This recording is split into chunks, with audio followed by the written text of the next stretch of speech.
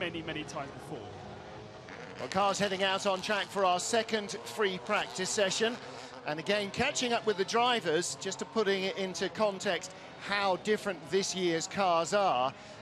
One of the stats that has come through, we're chatting to Norbert Mikulicz, first of all, signifies how much grip they've got, but also what the speed increase is like. Coming through corner one was previously quite a hard braking episode.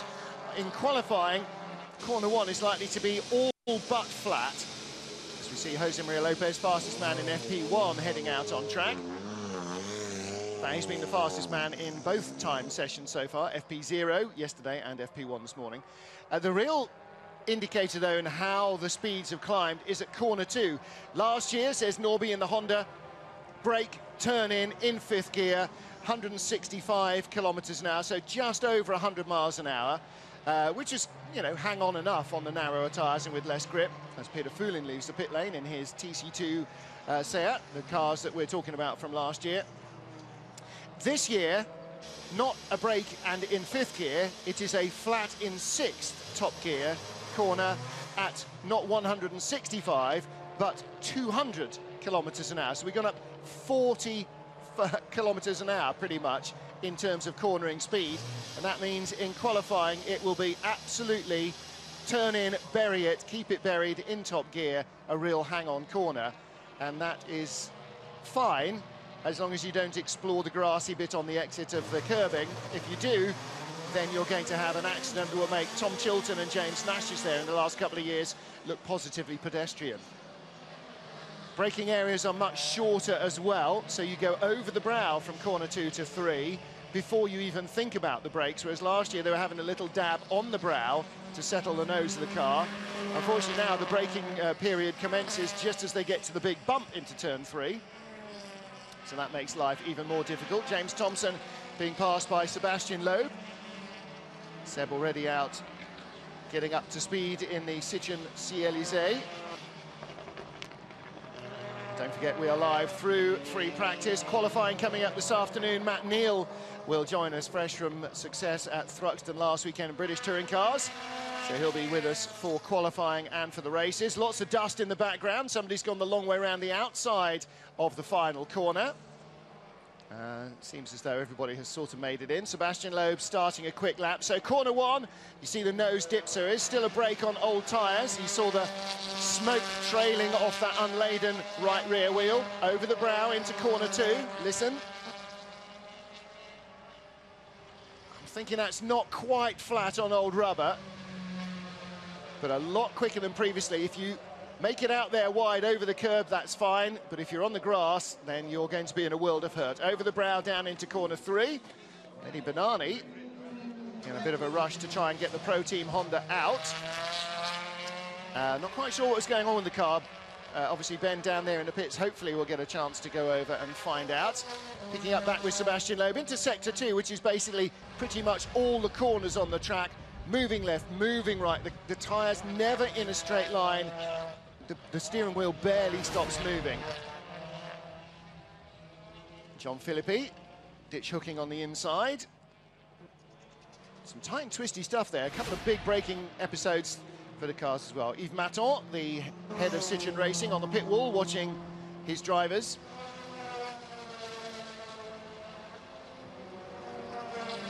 The guy who went off in the final corner was Lada's Michael Kozlowski. Sebastian Loeb, you can hear somebody splitter dragging somewhere. It's not Loeb's. It's a definite rake that the Citroëns run, though. Nose down, tail up, a la Red Bull. And the deal there, of course, is there's only a small slot for air to get under the car and a bigger slot at the back for it to escape. So the air has more room to expand, which makes low pressure, and that helps to hoover the car down. It's the opposite of a plane wing. A plane wing is flat on the bottom and rounded on the top. The longer surface, the air takes a longer time to go around it, and it is therefore less dense than laminar airflow underneath, and that's what generates lift. You turn that upside down, and we call it down force, but it is in fact lift. It is just working not to lift the car up, but to lift the car down, which is why it's called downforce. However, lifting the car down. Exactly. That's really good. Well, they talk about lift and drag. Those are the two things that the aerodynamicists deal with. The lift-drag coefficient is what makes a car work or doesn't. So it is still lift, it's negative lift. Because even aerodynamicists understand that when we say lift, generally people mean it's going up as opposed to going down. Isn't that like P last that we had at the start of the year? Yeah, P last is just a great, and we absolutely must use that more frequently. That's a wonderful expression. A little observation from my side on this as these laps come in for the first time. Ivan Muller's gone about a second slower than he did at his first lap in FP1. Same tyres. I'm guessing same tyres or similar state of tyres. Certainly no one's out there on new tyres. But, you know, Dominic Grinan said the track should be gripping up, and you have ETCC sessions, which have got the same compound Yokohama tyres, so they will be adding to the grip on track. So interesting to see that these tyres are really, really falling off. That's a second over, what, they did 7 or 8 laps in the first session? Yeah, some of them got 10 in. On board with Lopez, incidentally, watching him with the sequential shifter, you can see a la rally Citroen style, a big handbrake behind that. If you wonder what he was doing as he reached down, that little knurled knob to his right in the centre of the car, that is a brake adjustment. Hugo Vallant having a steering adjustment there. Keep it buried, keep it buried. There you go. That's the lesson for all front-wheel drive cars. Pitch it in, get the front wheels pointed where you want, and let the engine drag you out. Doesn't always work, but as George Polly always used to say, if you're going to have one, have a big one. Ivan Muller is fastest from Jose Maria Lopez. Lopez actually 1600s quicker in the first sector, and Loeb now 1200s quicker in the first sector than Muller. So that will put the Citroens 1, 2, 3 in a moment or two after Loeb completes his lap. Castrol Honda's heading back in. And Montero, yeah. And another Honda just going on track for the first time. Wasn't part of that big queue of cars going straight out on the circuit. It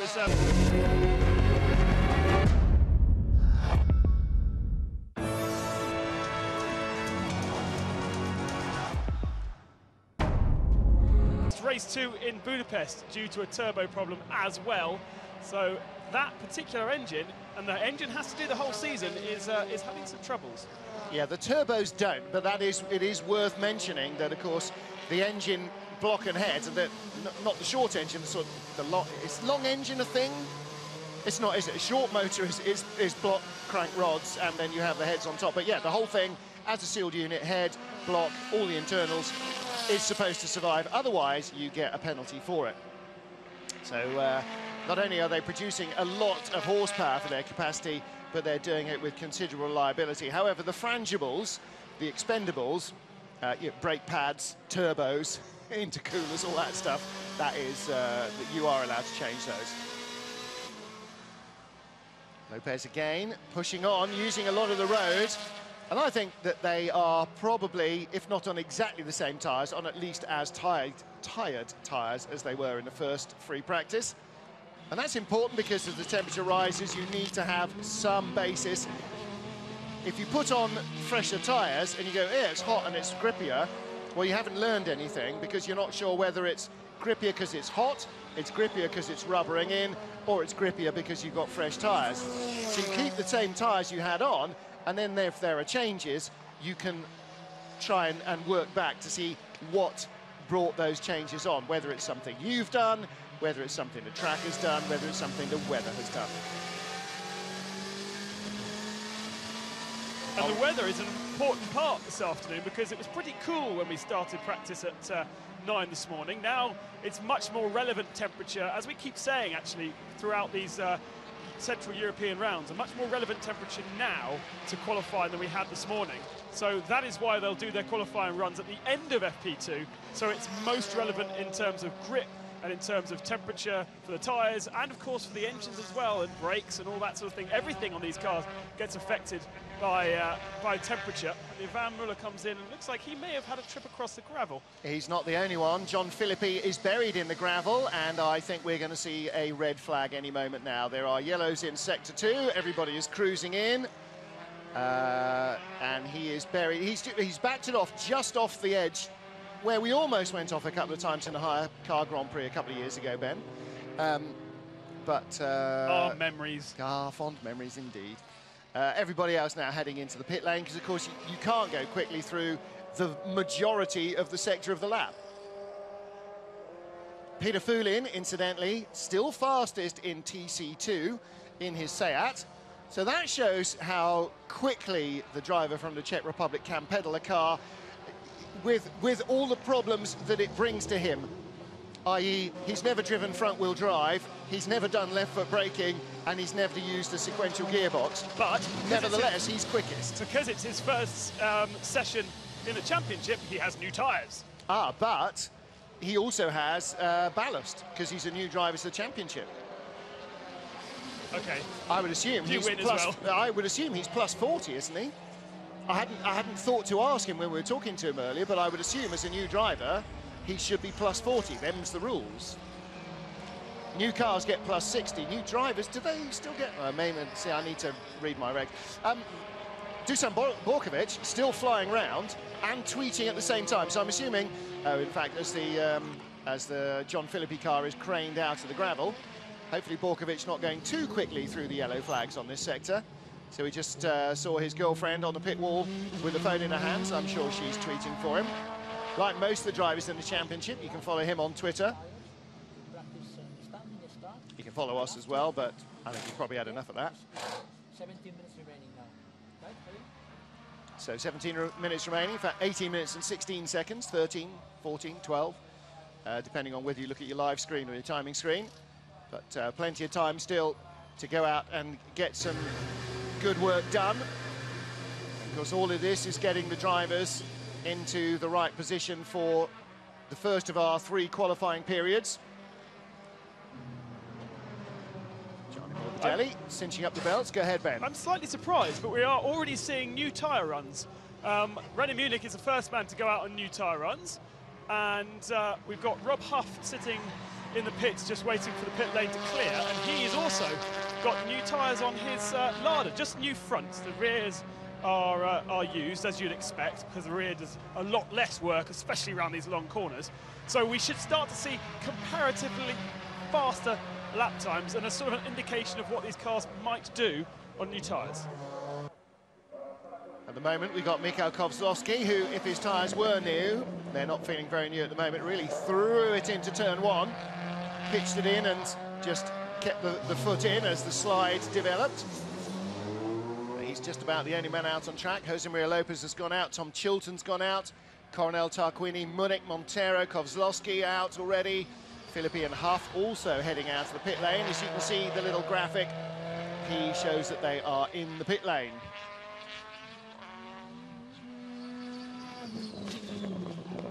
So watching Kozlowski. Again, see how much firmer sprung the cars are this year, much more stable platform for the aerodynamics. And they roll less. That's why when you're on the brakes and you start to turn, the inside wheel picks up. Very stiff anti-roll bars on the front and rear of these cars.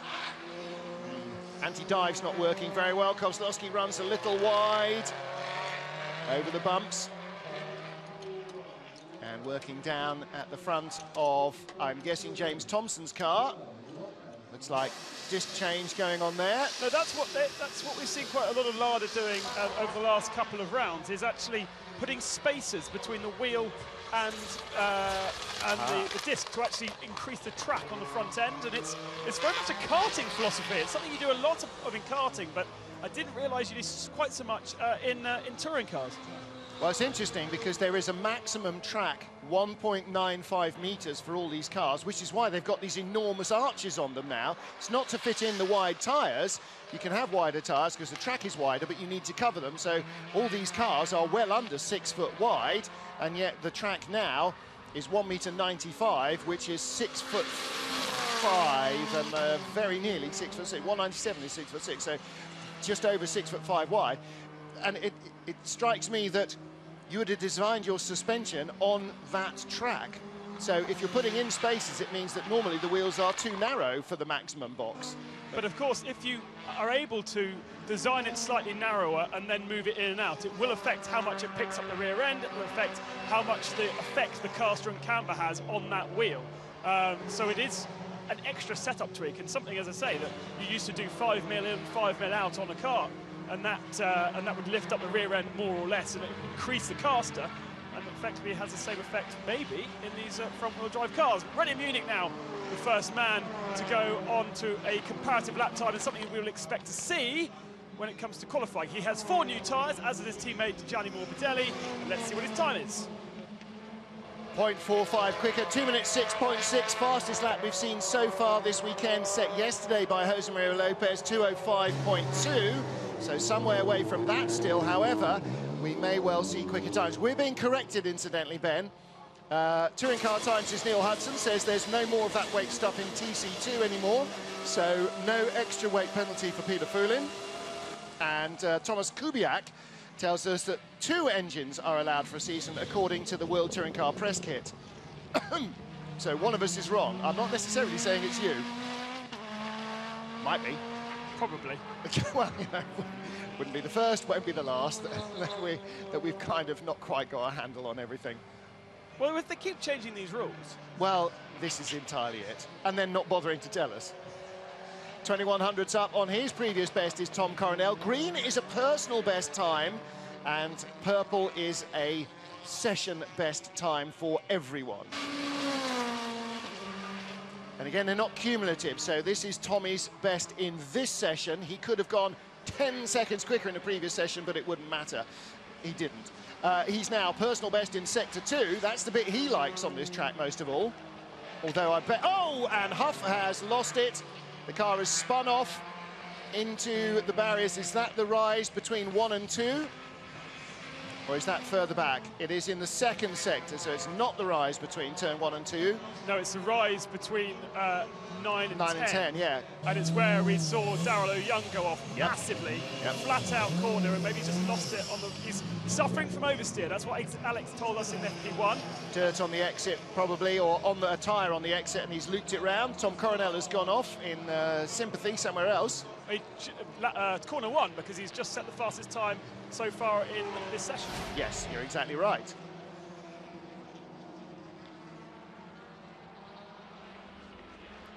Nice BMW style slide through the gravel, keeps his foot in and it straightens itself out. So the opposite of what a BMW would do. On board with Huff.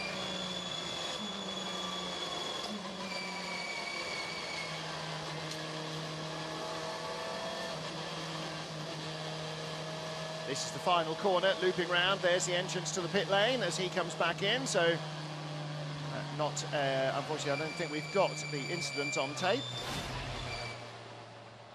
Aha, we have the aftermath.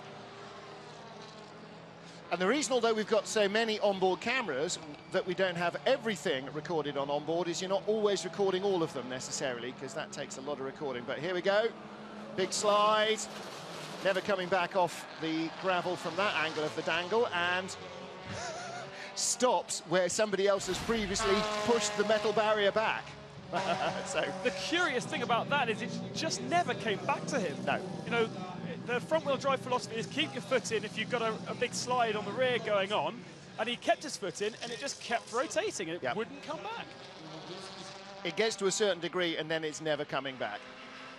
Benani quick. And comes across the line to go third fastest. Fastest first sector by some margin.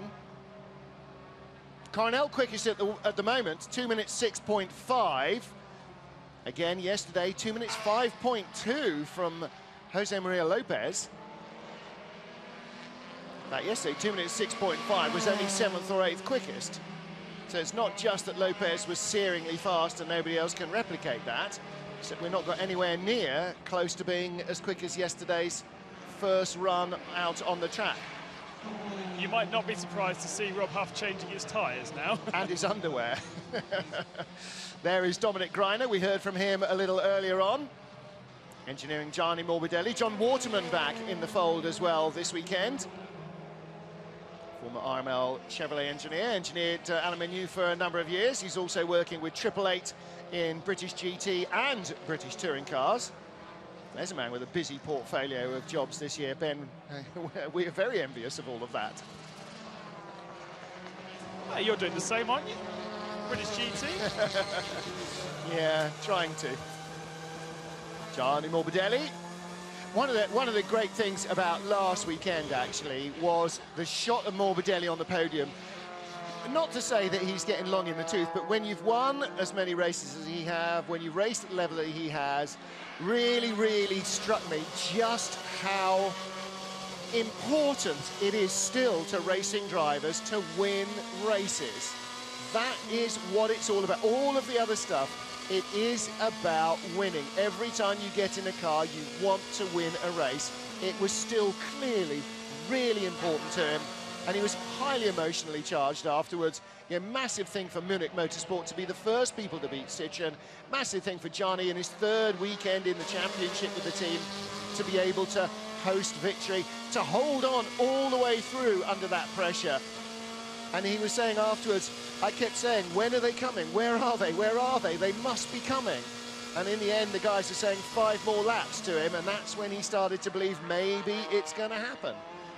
But he didn't dare believe until the checkered flag that nobody was going to catch him, run him down and pass him. He was convinced the Citroëns would get to him. In the end, he probably owes Tom Coronel a beer or two, because none of the Citroëns could get by Coronel's Chevy. Watching the tallest man in Christendom, Dusan Borkovic. Strictly, that's not a fact. However, he is very much the tallest man in the paddock. A man who even 6'7" Matt Neal has to straighten up when we're talking to, which is always good news. Coronel Munich, fastest 2 at the moment. Now, I know that Tom didn't use any new tyres last week in the Hungaroring. The damage to the car after Marrakesh has really punched a hole in the budget of that Royal Motorsport car. Ooh, what's up with our world champion, our 1987 world champion, Roberto Ravaglia, because he's on crutches? I did mean to ask, actually, but he's limping around quite heavily, which is entirely, I suspect, the reason why he wasn't in Hungary last week. Try and find that out. I believe Alex is scheduled to have a chat with Roberto for qualifying program, so we'll see how he's doing. Jose Maria Lopez again, quick and right to the top of the pile, 0.6 quicker than before, 2:05.4, so 2 tenths away from his fastest time. And Ben Constanduros down in the pits will go and ask whether anybody answers or not. I'm not entirely sure, but I'm sure that is a new tyre run. See what old tyres look like once they've pretty much had enough. Yeah, that's the tyre that came off Rob Huss Lada. Yeah. It's definitely not really for use any longer. Right rear. Run, Alex, run. Alex on camera and not dancing there, unusually. Should point out that at the moment Honda and Citroën have not raised their hand on new tyre runs. They are still doing good runs, and they're probably good tyres. They certainly changed the tyres, but these aren't brand new tyre runs that we're seeing as yet. I think we might need to reintroduce the term sticker tyres. Well, they aren't. Some of them have stickers, but they certainly have white writing on them. That's the way to tell you when they come out of the pits. Actually, on the tread is where the white writing is, and that's how I can tell that they've got new tyres on. Ah, but are they new or are they shaved? Is it printed or handwritten? No, it's printed. All right, in which case they are fresh out of the truck. Yeah, and if it's shaved, then you'll have the writing on the sidewall indicating whether it's a right rear or left rear or whatever, but not on the actual tread in the tyre. Tarquini quick again, 1.1 quicker than his personal best in the second sector, so getting a good lap going together here. He's won half of the 4 World Touring Car races that we've had here so far. And this track last year, the venue for Honda's first win in World Touring Cars. So, good feelings when they come back to this place.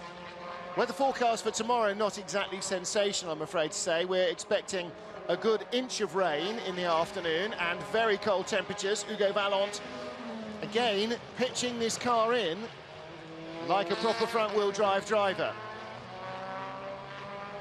Devil take the tail, I'm keeping the front wheels going where I want. And who else did we see here who really enjoys his track? It's Gianni Morbidelli meanders off with just 5 minutes left to go. They've obviously worked through their programme. we saw them do their new tyre runs, didn't we? Yep. So both Munich Motorsport cars are done for the afternoon. And who did we bump into just outside the hotel yesterday, Ben, who we miss in the paddock this year? Pepe! Pepe Oriola was here, doing a little bit of driver coaching for one of the guys in the European Touring Car Cup. And doing some GT racing, looking towards putting together a programme. And very much disappointed to be watching on TV as opposed to being part of the pack. And I have to say that sort of reflects our feelings as well, because he was very good fun and very entertaining on and off the track. So Pepe, if you're watching at home, come back. We miss you. And Mrs. Dad too, another larger-than-life figure. And girlfriend.